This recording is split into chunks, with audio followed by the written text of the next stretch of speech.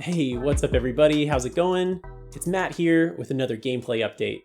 I am so excited to share with you all the cool things that I did over this last week or so, which include, shader work, some UI work. I revamped the health bar and weapon and ability upgrades.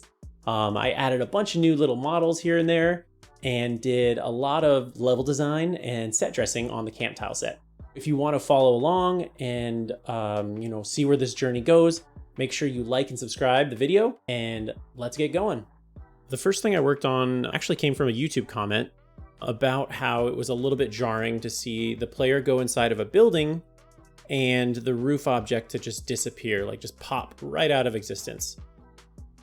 This kind of sent me down a little bit of a rabbit hole to find a good solution for this. I've tried in the past with no success to get this to work.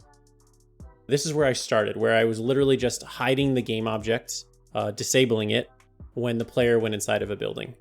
So next, I tried to have the roof, when the player went inside of the building, gradually fade out over time.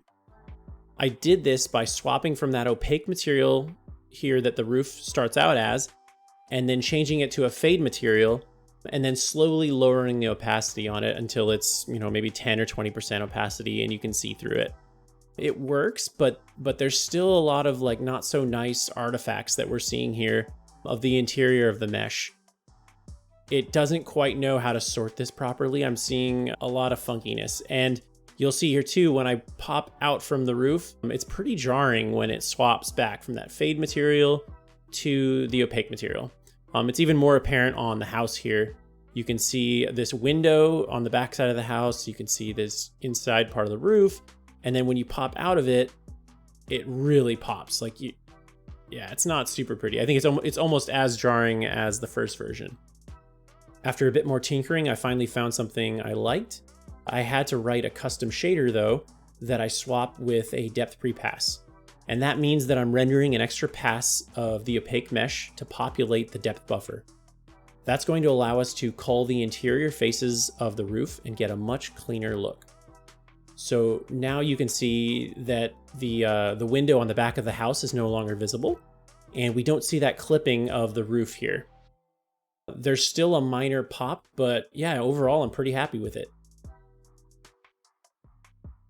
Another cool thing I worked on was my grass shader. So normally here, you can see it's just swaying back and forth in the wind, and that looks pretty cool. But now it will actually react to the player running through it. So here you can see as I'm going through the grass, it's moving out of the way. It looks so much more natural and alive and just less static. I'm really happy with this effect. And it was very easy to do. I just had to make a simple script that passes the player's position to the shader, and it will use that to offset the vertices. Within the shader, it was only 3 lines of code that I found in an old forum post, and I was able to inject that into my grass shader. I'll share that in the description below so you guys can hopefully use it in your own projects. I also added it to the smaller clumps of grass and the flowers and stuff. So now everything will sort of jostle around naturally as you run through it. I made a couple more props for our consumables. So I made a new model for our candy that we pick up. That's the currency in the game. I made a little handheld console for the weapon and ability upgrades. I added juice boxes. This was another YouTube comment for the health pickup.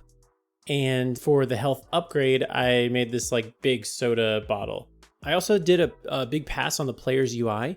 I rearranged things in a way that I thought made a little bit more sense, and completely redid the health bar so that now when the player upgrades their health, instead of it being completely static and this never changing, now it actually updates to reflect that you have a little bit more health. So these soda bottles here, those are the upgrades. If I use one, you can see, okay, now I have more ticks in my health bar. And I'll do that again, and you can see it continues to add ticks to the health bar, and you can see that I'm now a much more powerful player than I was when I started. I have a lot more health. Here are those weapon upgrades.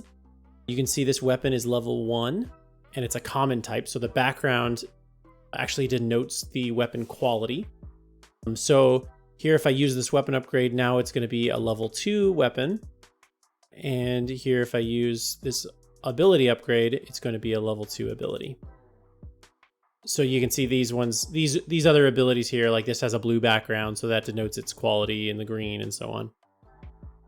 The bulk of my time was actually spent doing level design and set dressing on our camp tile set. So I went ahead and built out all the tiles that we need for my level generator to start working, so we could get a sense for how the camp was actually going to play, how it was going to look. I mentioned it in the last episode, but I kind of wanted a different feel for the camp than the neighborhood, where the neighborhood was very linear, kind of. You can follow the road, and that'll sort of like help you find your way out of the neighborhood, like through the level.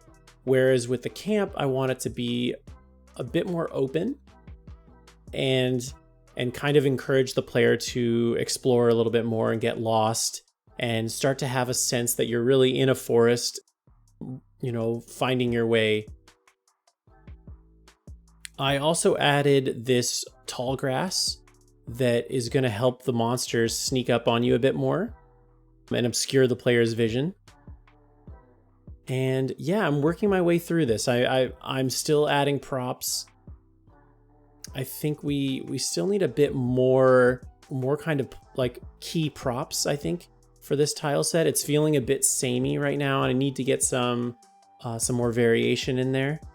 But I am really liking what I see so far.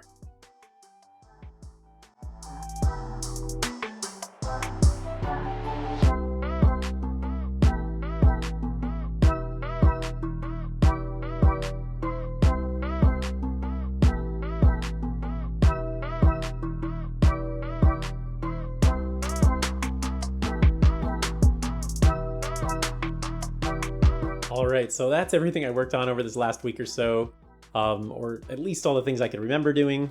I'm going to continue working on the lighting and mood in the camp tile set. I'm not quite happy with that yet. I do think it needs a few more props before I'm ready to move on and do my next tile set, which I'm kind of leaning towards like a castle or a factory or something like that with very narrow corridors. I'm also going to work on the waiver monster, which I'm thinking is going to be a mosquito or a bat. So please let me know what you guys think about that in the comments.